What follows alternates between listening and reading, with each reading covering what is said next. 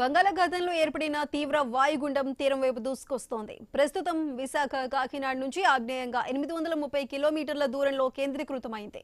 24 గంటల్లో తుఫానుగా మారి 2 రోజుల్లో తీవ్ర తుఫాన్గా మారే అవకాశం ఉందని వాతావరణ శాఖ అంచనా వేసింది.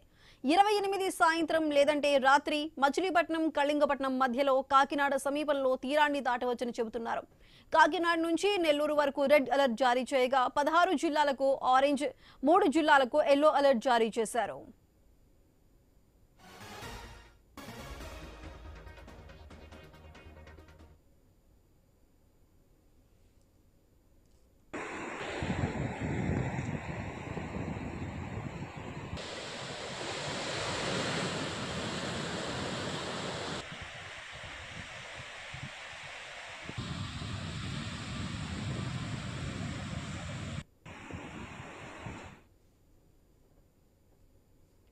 బంగాళాఖాతంలో ఏర్పడిన తీవ్ర వాయుగుండం తీరం వైపు దూసుకొస్తోంది. అయితే ప్రస్తుతం విశాఖ, కాకినాడ నుంచి ఆగ్నేయంగా 830 కిలోమీటర్ల దూరంలో కేంద్రీకృతమైంది.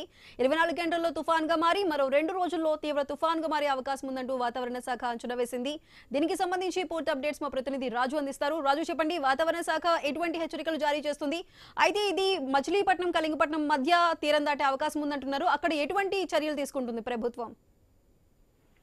సుధా, ఏదైతే ఆగ్నేయ బంగాళాఖాతంలో తీవ్ర వాయుగుండం కొనసాగుతుంది. ఇది రేపు ఉదయానికి తుఫానుగా, రేపు సాయంత్రానికి తీవ్ర తుఫానుగా మారుతుంది అని అయితే భారత వాతావరణ శాఖ అంచనా వేస్తున్న నేపథ్యంలోనే ఏదైతే విశాఖపట్నం ఆగ్నేయంగా 830 కిలోమీటర్లు, అదేవిధంగా గోపాల్పూర్ కి 930 కిలోమీటర్ల మధ్యలో కేంద్రీకృతమైనట్టుగా తెలుస్తుంది. రాబోయే 24 గంటల్లో నైరుతి, దాన్ని ఆనుకున్నటువంటి పశ్చిమ మధ్య బంగాళాఖాతం మీదుగా తుఫానుగా మారే అవకాశం అయితే ఉంది.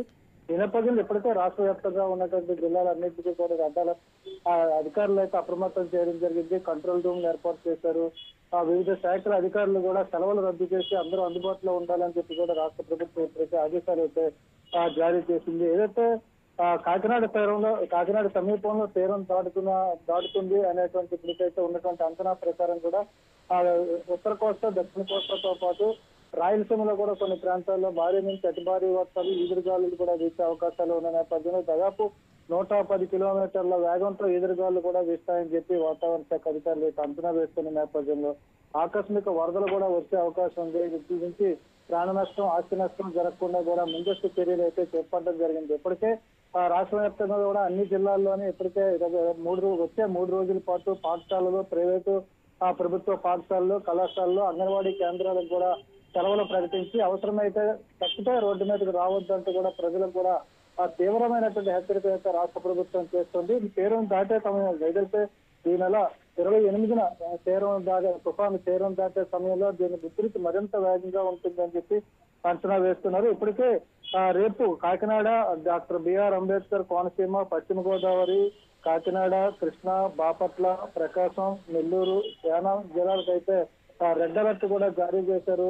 అక్కడ పూర్తిగా కూడా అధికారులు అయితే పరిస్థితిని సమీక్షిస్తున్న పరిస్థితి అయితే కనిపిస్తుంది. ఇంకా ఆరెంజ్ అలర్ట్, ఎల్లో అలర్ట్ కూడా మరికొన్ని జిల్లాలకు అయితే జారీ చేసిన పరిస్థితి కనిపిస్తుంది. ఏదైతే తుఫాను తీవ్రత ఎక్కువగా ఉంటున్న నేపథ్యంలో ప్రజలు అప్రమత్తంగా ఉండాలని చెప్పి రాష్ట్ర ప్రభుత్వం అయితే ముందస్తు చర్యలు తీసుకోవడం జరిగింది.